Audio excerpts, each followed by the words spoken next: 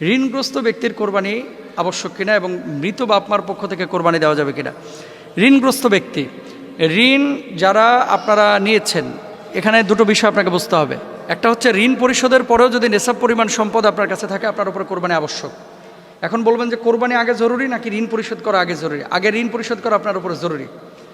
2 নম্বর ঋণ আছে যেগুলো আপনি কিস্তিতে শোধ করেন, 2 বছর 3 বছরের জন্য আপনি ঋণ নিয়ে রেখেছেন, তাহলে যে পরিমাণ কিস্তি এ মাসে দিচ্ছেন, এই কিস্তির বাইরে যদি নেশাব পরিমাণ সম্পদ আপনার কাছে থাকে, আপনার উপরে কোরবানি আবশ্যক।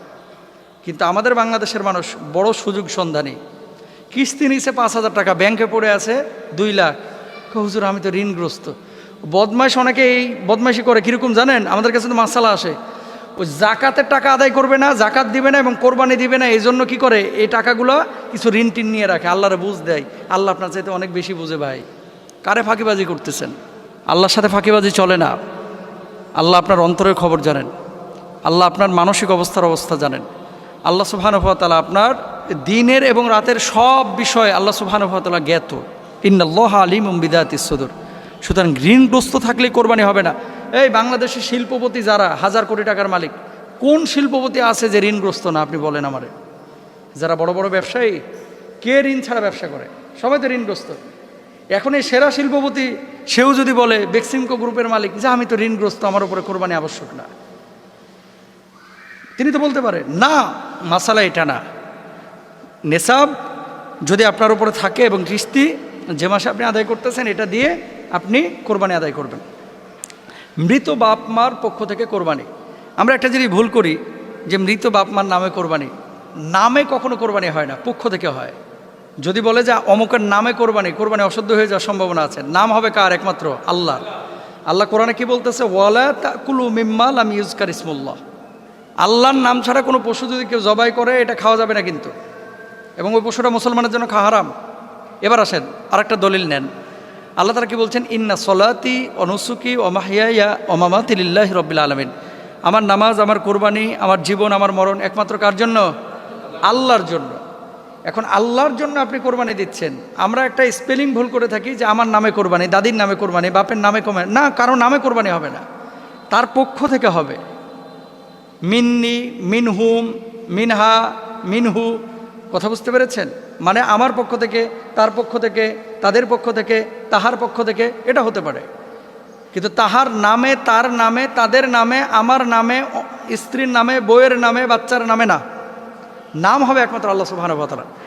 মৃত বাপ মা, আল্লাহ রাসূল সাল্লাল্লাহু আলাইহি ওয়াসাল্লাম 2টি কোরবানি দিতেন। কখন আম্মাজান খাদিজাতুল কুবরা রাদিয়াল্লাহু তাআলা আনহার পক্ষ থেকেও দিয়েছেন, সমস্ত উম্মতের পক্ষ থেকে আল্লাহ রাসূল দিয়েছেন। তো সমস্ত উম্মত তো, নবীজির অনেক উম্মত তো মারা গিয়েছে সেই সময়, এখনও তো লাখ লাখ কোটি কোটির উম্মত মারা গিয়েছে।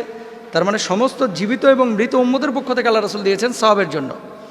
তো আমাদের মৃত বাপমা যাদের কবরে চলে গেছে, আপনার যদি আর্থিক সঙ্গতি থাকে, ধরেন 2টো গরু কিনলেন, অথবা গরুর 2টা ভাগ নিয়েছেন, একটা নিজের জন্য আর একটা আমার মৃত বাপমার জন্য। নিয়তটা কি? যে আল্লাহ এখান থেকে যে সওয়াবটা দিবেন, আমার মৃত বাপমার কবরেও এই সওয়াবের একটা অংশ পৌঁছায় দেন। এই নিয়তে যদি আপনি করে থাকেন, তাহলে আপনি কোরবানি করতে পারেন, জায়েজ আছে আপনার জন্য। তবে মরা মানুষের জন্য কোরবানি না, কিন্তু মরা মানুষের সওয়াবের জন্য কোরবানি আপনি দিতে পারেন। কোরবানি হচ্ছে জীবিত মানুষের জন্য।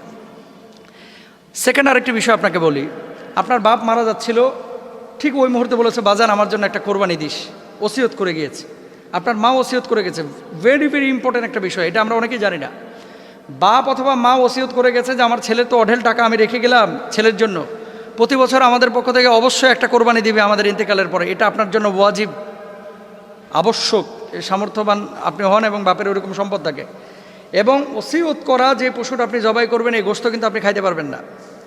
মৃত বাপমার পক্ষ থেকে যে কোরবানিটা আপনি করবেন, এই গোশতটা পুরোটাই সাদাকা করে দেওয়াটা উচিত, উত্তম। আর ওসিয়তের যে গোশতটা, এই গোশতটা কিন্তু আপনি ধরতেও পারবেন না, ছুঁইতে পারবেন না। গোশত বানায়া এই পুরো গোশত আপনার দান করতে হবে, এটা কিন্তু অনেকে জানে না। বাপমা ওসিয়ত করে গিয়েছে, এটা জবাই করে ওই কোরবানির গোশতের মতো 3 ভাগে ভাগ করে না। ভাই ভুল। সঠিক হচ্ছে ওসিয়ত যদি করে থাকে, তাহলে পুরো গোশতটা আপনি দান করে দেবেন।